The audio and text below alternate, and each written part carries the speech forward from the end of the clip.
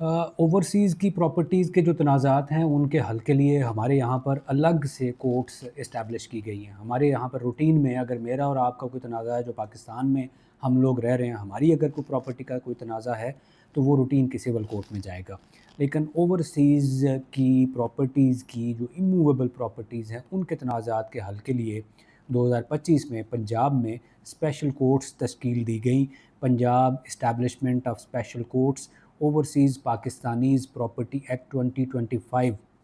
ये बहुत बेहतरीन किस्म का लॉ बनाया गया है। और मैं अपने सुनने वालों को ये ज़रूर रिकमेंड करूँगा, उनको ये मशवरा दूँगा कि अगर आप ओवरसीज़ हैं और आपकी इमूवेबल प्रॉपर्टी से मुताल्लिक,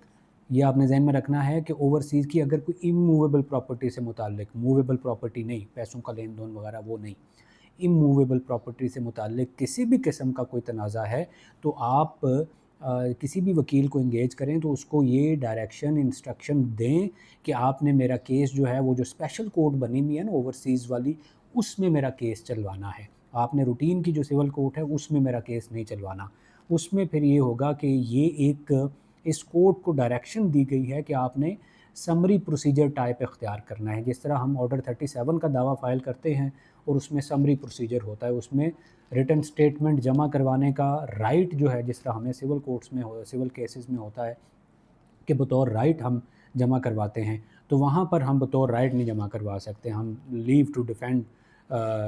टू सबमिट रिप्लाई या रिटन स्टेटमेंट जो है वो जमा करवाते हैं। वो कोर्ट अगर मुतमिन होती है कि हाँ जी इसको इंटरटेन करना है तो ठीक है, अदरवाइज़ वो वहीं पे ही खारिज कर देती है। तो ये एक समरी प्रोसीजर है। तो हमारे जो सुनने वाले हैं ख़ास तौर पर ओवरसीज़, वो इस बात को यकीनी बनाएं कि उनकी प्रॉपर्टी से मुताल्लिक किसी भी किस्म का कोई तनाज़ा है तो वो ये जो स्पेशल कोड 2025 के एक्ट में बनी है, मैं आगे इसको एलेबोरेट भी करता हूँ, एक्सप्लेन भी करता हूँ कि इसका फ़ायदा क्या होगा, तो वो वहाँ पर चलवाएँ। बेसिकली होता ये है कि ओवरसीज़ किसी भी केस में जो पार्टीज़ हैं, एक फ़रीक और दूसरा फ़रीक मुखालिफ जो हैं, उनमें से कोई भी, ये लॉ ये कहता है कि अगर उनमें से कोई भी फ़रीक ओवरसीज़ है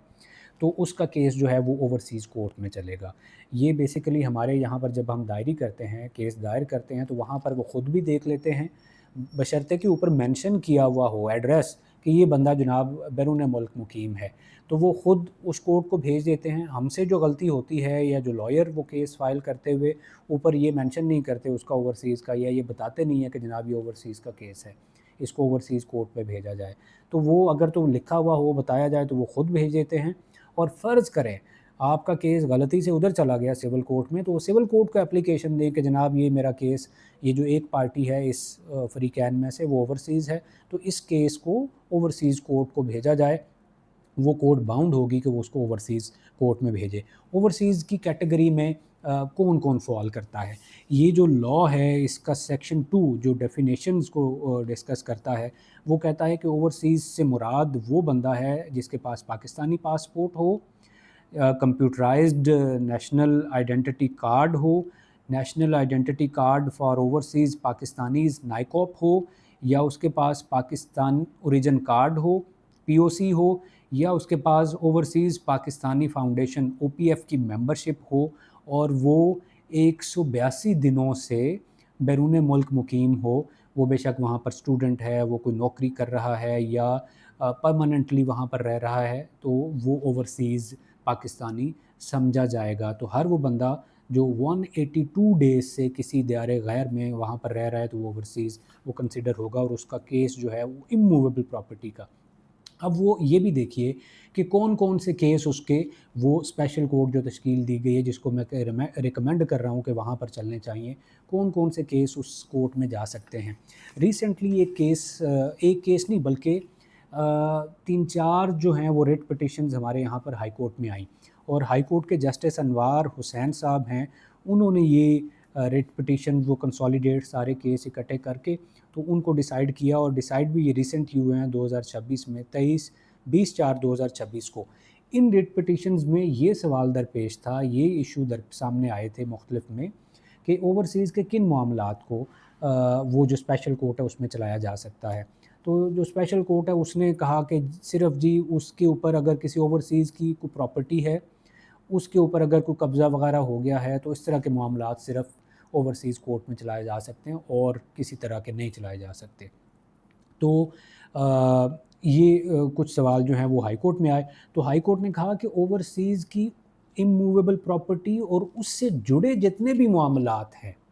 وہ سارے یہاں پر چل سکتے ہیں اسپیشل کورٹ میں۔ انہوں نے اس کا جو ابتدائیہ ہے اس کا حوالہ دیا، مطلب مثال کے طور پر اس کا ابتدائیہ میں پڑھتا ہوں، یہ جو ایکٹ ہے اس کا، it is necessary to establish special courts in order to secure and provide for protection of rights of ownership and possession in respect of immovable properties of overseas Pakistanis and for matters connected therewith ان سے متعلق جتنے بھی معاملات ہیں اور and incidental thereto اور ان سے جڑے ہوئے جو بھی معاملات ہیں وہ اوورسیز، صرف پوزیشن اور اونرشپ کے معاملات نہیں چلیں گے بلکہ ان کی پراپرٹی سے متعلق جتنے بھی، اور ایک تو پراپرٹی وہ ہے جو ان کے نام ہے۔ ایک مثال کے طور پر یہ جو کیس آیا، بیسیکلی یہ کیس یہ تھا کہ ایک اوورسیز پاکستانی نے کہا کہ میں نے جی فلاں بندے کے ساتھ، یہ سوسائٹی تھی، اس سوسائٹی میں جو پارٹی تھی اس میں فریق مخالف وہ لیک سٹی تھی، اس نے کہا جی میرا ایک ایگریمنٹ ہوا تھا کوئی پلاٹ وغیرہ یا کوئی پراپرٹی خریدنے کا، وہ اسپیسیفکلی وہ پرفارم نہیں کر رہے اس ایگریمنٹ کو، تو وہ اپنا کیس لے کے اسپیشل کورٹ میں گیا۔ اسپیشل کورٹ نے کہا آپ کا تو ابھی ایگریمنٹ ہی متنازع ہے، آپ تو ابھی مالک ہی نہیں ہے، تو آپ کا کیس اس کورٹ میں نہیں چل سکتا۔ تو وہ بندہ اس ڈیسیجن کو لے کے ہائی کورٹ میں آ گیا، تو ہائی کورٹ نے کہا کہ نہیں بالکل چل سکتا ہے۔ اب یہ کلیم کر رہا ہے کہ میری پراپرٹی ہے، اور اوورسیز یہ ایشو اسپیسیفک لا نہیں ہے، یہ پرسن اسپیسیفک لا ہے، جس میں اوورسیز جب آ گیا اور اس کی پراپرٹی وہ ہے ابھی یا نہیں ہے جس کا وہ کلیم کر رہا ہے، تو وہ چونکہ پرسن اسپیسیفک لا ہے تو اس کا یہ معاملہ بھی اوورسیز کورٹ ہی سنے گی۔ اور یہ کتنا اچھا لا ہے، بہتر لا ہے، پرووائڈڈ دیٹ کہ ہم اس کو ویجیلنٹلی اس کو پرسو کریں اور اپنے کلائنٹ کو بھی ہم گائیڈ کریں اور کورٹ کو بھی ہم بتائیں کہ جناب یہ لا یہ کہتا ہے۔ مثال کے طور پر یہ میرے سامنے یہ قانون ہے، یہ قانون یہ کہتا ہے کہ ایک تو یہ ہے کہ اسپیشل جو ایکسکلوزیو جورسڈکشن ہے اوورسیز کی پراپرٹی اور ان سے متعلق جتنے بھی معاملات ہیں ان کو سننے کے لیے یہ اسپیشل کورٹ سنے گی، اس کے علاوہ کوئی اور کورٹ میں اگر کوئی ہے بھی تو ریکمینڈڈ یہی ہے کہ وہ ادھر ٹرانسفر کروائیں۔ اس میں ہر سٹیپ کے اوپر وہ ایک ٹائم فریم دے رہا ہے کہ مثال کے طور پر وہ اگر ڈیفینڈنٹ مدعا لے آ گیا تو اس نے 10 دن میں جواب جمع کروانا ہے،